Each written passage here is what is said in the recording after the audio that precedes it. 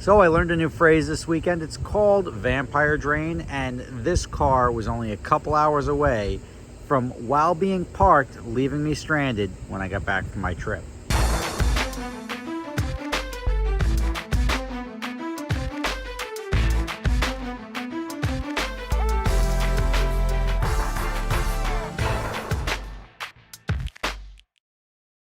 All right, everybody, that time of year again. Football season's officially here, and what does that mean? All of our Sundays, Mondays, and Thursdays are starting to look pretty similar, right? We're all watching our favorite team, cheering them on, and ideally winning a couple of bucks while we do it. And that's where today's video sponsor, DraftKings Sportsbook, is here to make that happen. I've partnered up with DraftKings Sportsbook, an official partner of the National Football League, to bring all new customers an exciting way to join in on the action right now. New customers download the DraftKings app, use my promo code SSR, bet just $5, and boom, $200 in bonus bets hits your account instantly. Stay in on the action and use your $200 in bonus bets on DraftKings same-game parlays. Combine multiple bets together from the same game for a shot at an even bigger payout. If sports betting isn't yet available in your state, don't worry. You can still join in on all the fun with DraftKings Daily Fantasy and have a shot to win cash prizes. So download the DraftKings Sportsbook app now. New customers bet just $5 and receive $200 in bonus bets instantly using promo code SSR. That's promo code SSR only at DraftKings Sportsbook.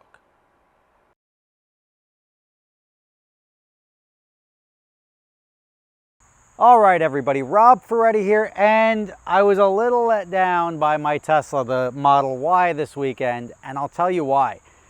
It's sort of a learning curve. Just when you think you're starting to figure these things out, and I love to praise them because they're actually really good everyday cars, but when they break, you don't even really know they break, right? Because if you think about a car starts breaking, you start hearing weird noises and stuff like that, and you'll still get the same sort of response from a Tesla if a window seal is out or a wheel bearing or something like that, but you don't get that if there's a software problem or there's something that's looming that you're just not expecting.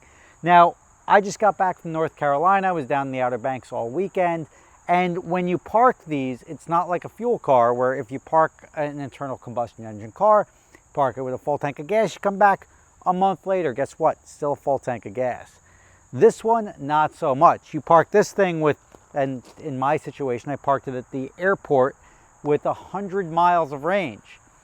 My other one, my Model 3 back there, if you look at that, the Model 3, I've learned that when you park it, it sort of stops at about 52 or 54 miles of range. It goes into like sleep mode and it's like, all right, this guy's got somewhere to be. Let me not drain it down to zero. Now there's a couple things in this car that cause the battery to drain. All right, let's turn Selena Gomez off and I'll show you here.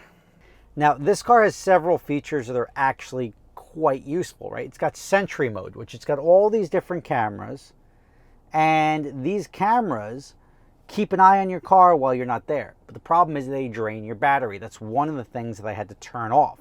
It's got other features like preconditioning or climate control where it keeps the cabin temperature consistent the whole time so it's never too hot in your car. These things all, while it's thinking, use battery. Now, the problem is I have the issue with this car is that it doesn't recognize the road right now. And when you're driving down, if you drive the Model 3, you'll see the lines of the road and it sees where you are. This one doesn't. So that's broken. So now I have to schedule an appointment. And I'll show you what I'm talking about here. Oh, hi, NSX. It's so pretty. And it's a stupid little truck, but I like it.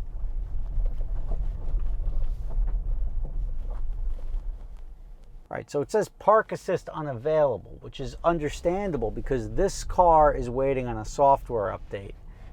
But you see right now, you have the lines in the road. Normally, you would have the lines here on the screen where it sees and gathers data in order for it to have all these cool features like adaptive cruise control, lane assist, and even self-driving. See, cruise control unavailable. All of this stuff is unavailable because it's got to be something with the sensors. It doesn't recognize where it is. I left my car for 4 days thinking like, all right, cool. It's got 100 miles in it. It's going to cap off around 50 miles. I'm only like 20 miles away from the airport. I'm going to be just fine.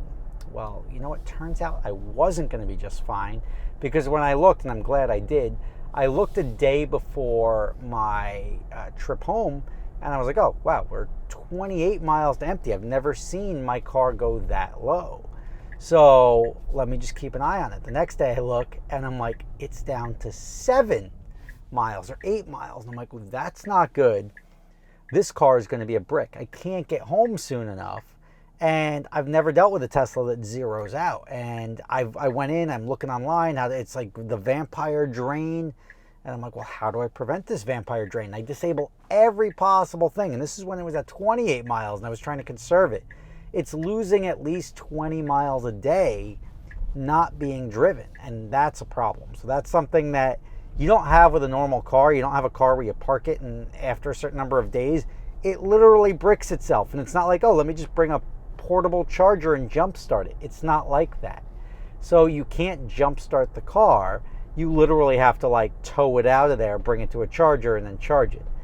I'm used to charging things at my house, so I ended up spending a little bit of money. I had somebody go out there, pick up my car, and also functionality that's very easy and good.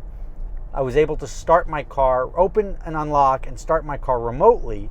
And that gave the person that was there to pick it up 2 minutes in which to operate it. And he was literally down to 1 mile of range left on this car. And I was like, oh, don't get stuck. Because if this guy gets stuck, I'm going to have to call Roadside, and I'm paying the guy.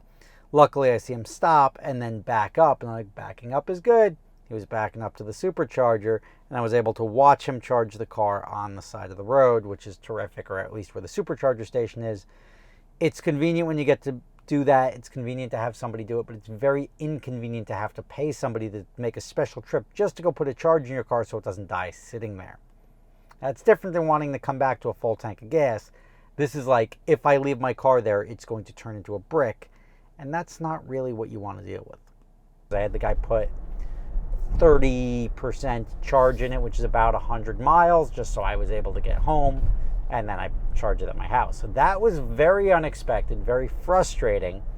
And there is a issue with the car, but it's when you have an issue like that that ruins your range and you're somewhere where you can't rectify that, you're screwed. But also, like, I've never had the ability to check on my car's health while I was not there. So the fact that you do is neat. The fact that I can start it and rectify the situation. But this is now my second trip where I needed somebody to plug in my car. And the first one was I couldn't figure out, and I didn't have time because I was running very late for a flight to the Bahamas. I couldn't figure out how to get the charge port to activate the machine or whatever the charger was at Newark Airport. So I said, screw it. And then my thing started going down. And this is where I learned that it bottoms out in my Model 3 at like 50 miles an hour, 50 miles of range in safety mode. But clearly there is no safe mode on this car, and my Model Y, which has a longer range battery, etc., and that's all the reasons I took it to the airport, because they both had about 120 miles of range in it. This one almost left me stranded, but I was on top of it. So things to keep an eye on: vampire drain in Teslas. I don't know what the actual problem is. The good thing about this is when there's a major problem with the car, it still drives, right? Like and I've tried, and I'll show you what you can do here. It's almost like a video game system, right? Like if something's not working, you can just like reboot it and hope that it works. If I push both buttons on the steering wheel here, and it's pinky strength, it reboots it. So, and even when it's rebooting it, I can still operate it as a car, but right now it's trying to reboot the system, or it's not trying, it is rebooting the system. And hopefully that will regain my ability to use these features. But there is something wrong, because I've already rebooted it, and that gave me my cruise control back, my adaptive cruise control. But this is a bigger problem, and we're about to find out what it is, because I'm going to have to schedule service on it. But let's just see, and I'm on a road right now with no lines. Let's see if I can get some lines going on this when I turn onto this other road in a second. Even after reboot, I have no road. I have no lines. Again, lines on the road, no lines on the screen. So if I try to do auto steer or cruise control, anything, nothing actually works the way it's supposed to. I don't know what sensors are responsible for that, but they're not working. And I don't know if those sensors are responsible for using up battery, but hopefully they are. But this thing has to go back to Tesla. It's a brand new 2023. So whatever it is, the convenience of the car is still there, but the unexpected convenience of things not working properly is not, and that's a problem. Rob Ferretti, thank you for watching. I'll keep you in the loop. Catch you next time.